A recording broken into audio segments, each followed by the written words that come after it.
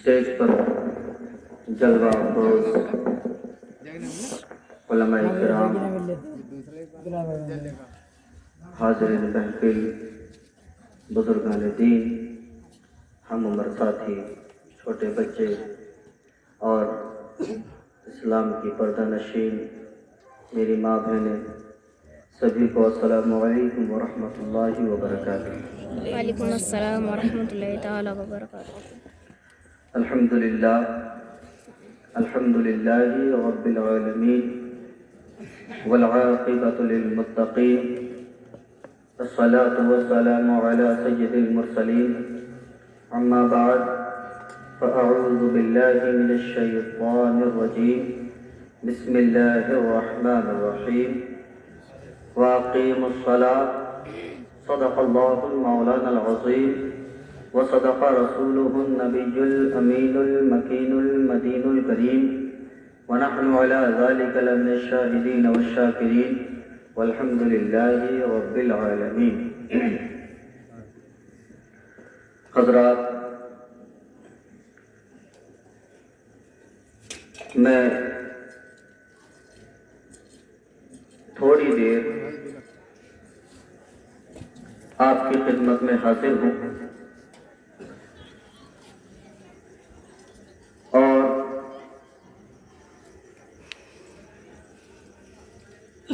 سب سے پہلے جو میں نے آیت کریمہ کی تلاوت کا شرف حاصل کیا ہے، اس پر گفتگو کرنے سے پہلے بہتر اور مناسب ہی نہیں بلکہ ضروری سمجھتا ہوں، آئیے ہم اور آپ سب سے پہلے مل کر آقا نامدار، مدینے کے تاجدار، شافع روز شمار، نائب پروردگار، احمد مجتبی محمد رسول اللہ صلی اللہ تعالیٰ علیہ وسلم کی بارگاہ میں جھوم جھوم کر درود و سلام کا نذرانہ پیش کریں۔ پڑھیے اللہم صلی علی سیدنا محمد وعلی آل سیدنا محمد واصحاب سیدنا محمد وبارک وسلم علیہ، الصلاۃ والسلام علیک یا رسول اللہ صلی اللہ تعالیٰ علیہ وسلم۔ مختصر سا وقت ہے اور اس مختصر سے وقت میں نے سوچا تھا کہ خصوصی بات، یہ محفل جس عقیدت سے سجائی گئی ہے اسی پر کروں گا، لیکن پھر میرے ساتھی اور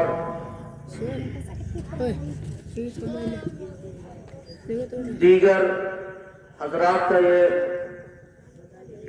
میرے لیے حکم ہوا کہ تھوڑا سا نماز پر بھی بولا جائے، اس لیے میں نے سوچا کہ تھوڑا سا جس نام سے، جس عقیدت سے یہ محفل سجائی گئی ہے، شادی کے تعلق سے تھوڑی دیر اس پر گفتگو کریں گے اور اس کے بعد پھر ضروری جو میسج ہوگا نماز کے تعلق سے وہ میں آپ تک ضرور پہنچاؤں گا۔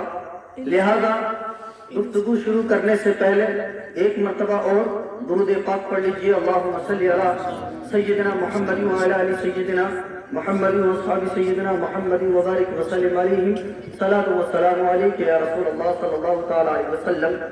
اور ہمیں گھبرانے کی ضرورت بھی نہیں ہے، ہمیں گھبرانے کی ضرورت بھی نہیں ہے، اگرچہ مجمع کم ہے، ہمیں گھبرانے کی ضرورت نہیں ہے اگرچہ مجمع کم ہے، یہ رسول اللہ کی محفل ہے، اس میں دم ہے، یہ رسول اللہ کی محفل ہے، اس میں دم ہے۔ لہذا جتنی دیر بھی میں آپ کی خدمت کروں، آپ سے گزارش ہے کہ فل توجہ آپ کی میری طرف ہونی چاہیے۔ اللہ تبارک و تعالیٰ ارشاد فرماتا ہے نماز کو قائم کرو۔ اس سلسلے میں ہم بعد میں بات کریں گے،